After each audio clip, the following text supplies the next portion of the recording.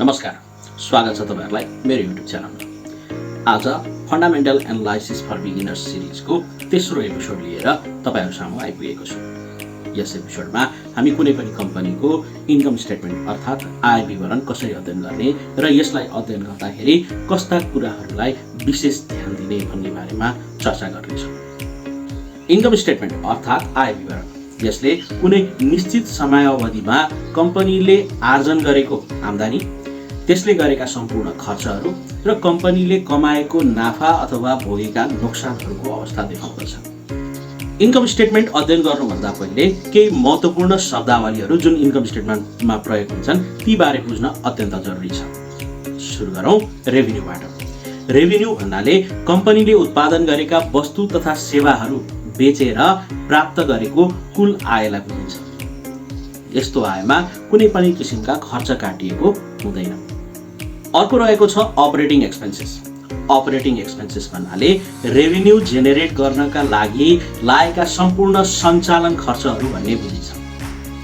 त्यस्तै operating profit भन्ने रहेको छ। यो कम्पनीले विशुद्ध आफ्नो बिजनेसबाट कमाएको नाफा भनेर बुझ्न सकिन्छ। रेभिन्यूबाट अपरेटिङ एक्सपेन्सेस घटाएर प्राप्त गर्ने फरकलाई नै हामी अपरेटिङ प्रफिट भनेर बुझ्छौँ। त्यस्तै अर्को रहेको छ नेट इन्कम। कम्पनीले आर्जन गरेको टोटल रेभिन्यूमा त्यसमा लागेका सम्पूर्ण खर्चहरू अपरेटिङ एक्सपेन्सेस, ती खर्चहरूमा अपरेटिङ एक्सपेन्सेस पनि पर्छन् र नन अपरेटिङ एक्सपेन्सेसहरू जस्तै इन्ट्रेस्ट, कम्पनीले तिरेका ब्याजहरू र उसले बुझाएका ट्याक्सहरू पनि काटिसकेपछि सेयर होल्डरको भागमा पर्ने आम्दानीलाई हामी नेट इन्कम भनेर भन्छौँ र यही नेट इन्कमबाट कम्पनीको इपिएस पनि गणना गरिन्छ। उदाहरणका लागि मानिलिउँ कुनै कम्पनीको रेभिन्यू 1 करोड रुपियाँ रहेको छ र उसको अपरेटिङ एक्सपेन्सेस 60 लाख रुपियाँ छ भने उसको अपरेटिङ प्रफिट हुन आउँछ 40 लाख रुपियाँ। त्यस्तै यदि उसले इन्ट्रेस्ट र ट्याक्समा 25 लाख रुपियाँ खर्च गरेको छ भने 40 लाखबाट 25 लाख घटाउँदा हुन आउने आम्दानीलाई हामी नेट इन्कम भन्छौँ, जुन चाहिँ 15 लाख हुन जान्छ। र यदि त्यो कम्पनीमा 1 लाखवटा सेयर्स छन् भने ती 1 लाखवटा सेयर्सलाई त्यो 15 लाख इन्कम बाँड्दाखेरि प्रति सेयर आम्दानी हुन जान्छ 15 रुपियाँ। यसरी इपिएस क्याल्कुलेट गरिन्छ।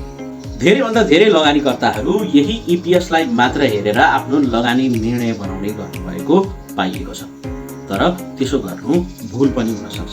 त्यसको बारेमा थप प्रश्न पर्ने भिडियो मैले योभन्दा अगाडि नै राखिसकेको छु।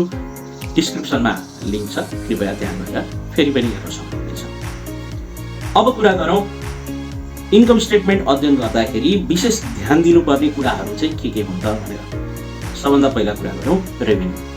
कम्पनीको रेभिन्यू लगातार अर्थात् वर्षै पछि बढिरहेको छ वा छैन।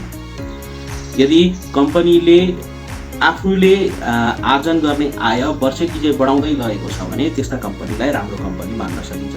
उसले बिस्तारै बजार हिस्सा, आफ्नो प्रोडक्टको बजार हिस्सा बढाउँदै लगेको भन्ने बुझ्न सकिन्छ। तर त्यसरी हेर्दा यदि रेभिन्यूमा 81 ठुलो उछाल आएको छ भने त्यहाँ शङ्का गर्ने ठाउँ हुन सक्छ। त्यस्तो रेभिन्यू कम्पनीले आफ्नो रेगुलर बिजनेसबाट जेनेरेट गरेको हो कि होइन त्यतातर्फ पनि विशेष ध्यान दिनुपर्ने हुन्छ।